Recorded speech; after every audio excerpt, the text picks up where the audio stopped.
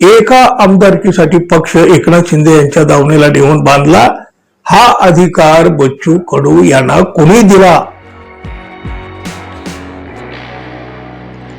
मित्रहो, एकनाथ शिंदे यांच्या सोबत गुवाहाटीला जाऊन उद्धव ठाकरे यांनी दिलेलं मंत्रिपद बच्चू कडू यांनी गमावलं. गुवाहाटीवरून परत आल्यावर एकनाथ शिंदे हे मुख्यमंत्री झाले, पण बच्चू कडू यांना साधं मंत्रिपद सुद्धा दिलेलं नव्हतं. त्यानंतर हेच बच्चू कडू एकनाथ शिंदे यांच्यापासूनही दूर गेले आणि नंतर तर काय त्यांची आमदारकीही राहिली नाही. आणि आता तर स्वतःचा पक्ष असतानाही बच्चू कडू शिंदे गटामध्ये सामील झाले.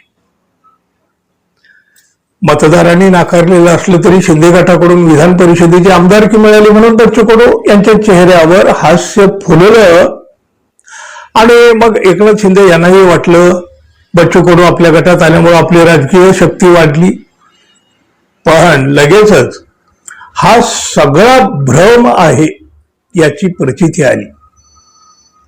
बच्चू कडू यांची जनमानसातली प्रतिमा वेगळी होती.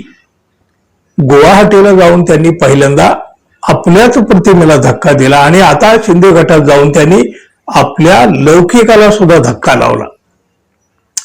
बच्चू कडू शिंदे गटात गेले, पण त्यामुळे शिंदे गटाला काय मिळालं? बच्चू कडू यांचे कार्यकर्ते शिंदे गटासोबत जायला तयार नाहीत. अवघे कालपर्यंत बच्चू कडू यांच्यासाठी वाटेल तो त्याग करायला तयार होते, तेच आज बच्चू कडू यांच्या विरोधात बोलायला लागलेले आहेत. प्रहार जनशक्ती पक्षामध्ये काम करणारा प्रत्येक पदाधिकारी कार्यकर्ता हा स्वाभिमानाने जगणारा आहे. मात्र बच्चू कडू यांनी एका आमदारकीसाठी आमचा पक्ष एकनाथ शिंदे यांच्या दावणीला बांधलेला आहे.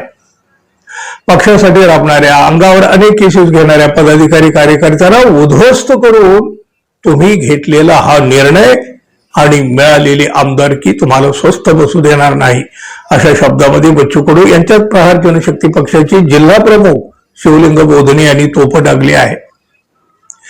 शेतकरी, कष्टकरी आणि दिव्यांगासाठी रस्त्यावर उतरून झटणारी संघटना आणि त्याचं नेतृत्व करणारे बच्चू कडू यांना लोकांनी डोक्यावर घेतलं. मात्र त्यांनी एका आमदारकीसाठी पक्ष एकनाथ शिंदे यांच्या दावणीला नेऊन बांधला, हा अधिकार बच्चू कडू यांना कोणी दिला?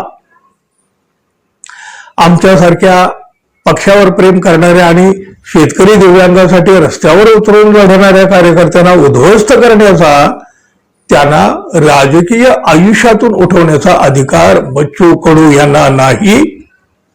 सगळ्या पदाधिकाऱ्यांची राजकीय वाट लावत बच्चू कडू यांनी केवळ स्वतःचा स्वार्थ पाहिला, असं सुद्धा पदाधिकारी आता अगदी उघडपणे बोलू लागले आहेत. एकनाथ शिंदे गटासोबत आम्ही जाऊ शकत नाही, असं सुद्धा बच्चू कडू यांचेच कार्यकर्ते आता बोलायला लागलेले आहेत. तुम्ही म्हणजे बच्चू कडूला ते म्हणतात की तुम्ही खुशाल एकनाथ शिंदे यांच्या पायाशी लोटांगण घ्या, पण तुमच्या स्वार्थासाठी अख्खा पक्ष आणि जीवाचं रान करणाऱ्या कार्यकर्त्याचा बळी कशासाठी देता? सत्तेसाठी आम्ही आमचा स्वाभिमान कधीही गहाण ठेवणार नाही. तुम्ही शिवसेनेत गेला, आमदार झाला, त्याबद्दल तुम्हाला शुभेच्छा. हजारो पदाधिकारी कार्यकर्त्यांचा बळी देऊन मिळवलेली ही एक आमदारकी तुम्हाला लखलाभ असो. आम्ही लवकरच आमचा नवा मार्ग निवडू, असं म्हणत शिवलिंग बोधने यांनी आमदार बच्चू कडू यांना सुनावलेला आहे. याचाच अर्थ बच्चू कडू यांचा निर्णय कार्यकर्त्यांना अजिबात पटलेला नाही आणि जे कार्यकर्ते हे स्वतःची फरफट करत शिंदे गटामध्ये सुद्धा जाणार नाहीत, त्यामुळं बच्चू कडू यांनाही खूप काही आता गमवावं लागलेलं आहे. एका आमदारकीसाठी ते हसले, पण एकनाथ शिंदे मात्र फसले, असंच यावरून म्हणावं लागेल. तुम्ही काय म्हणाल मित्रांनो, जरूर सांगा. आणि आपण अजून आपल्या चॅनलला सबस्क्राईब केलं नसेल तर कृपया सबस्क्राईब करावं ही अपेक्षा आहे. धन्यवाद. पुन्हा भेटू. नमस्कार.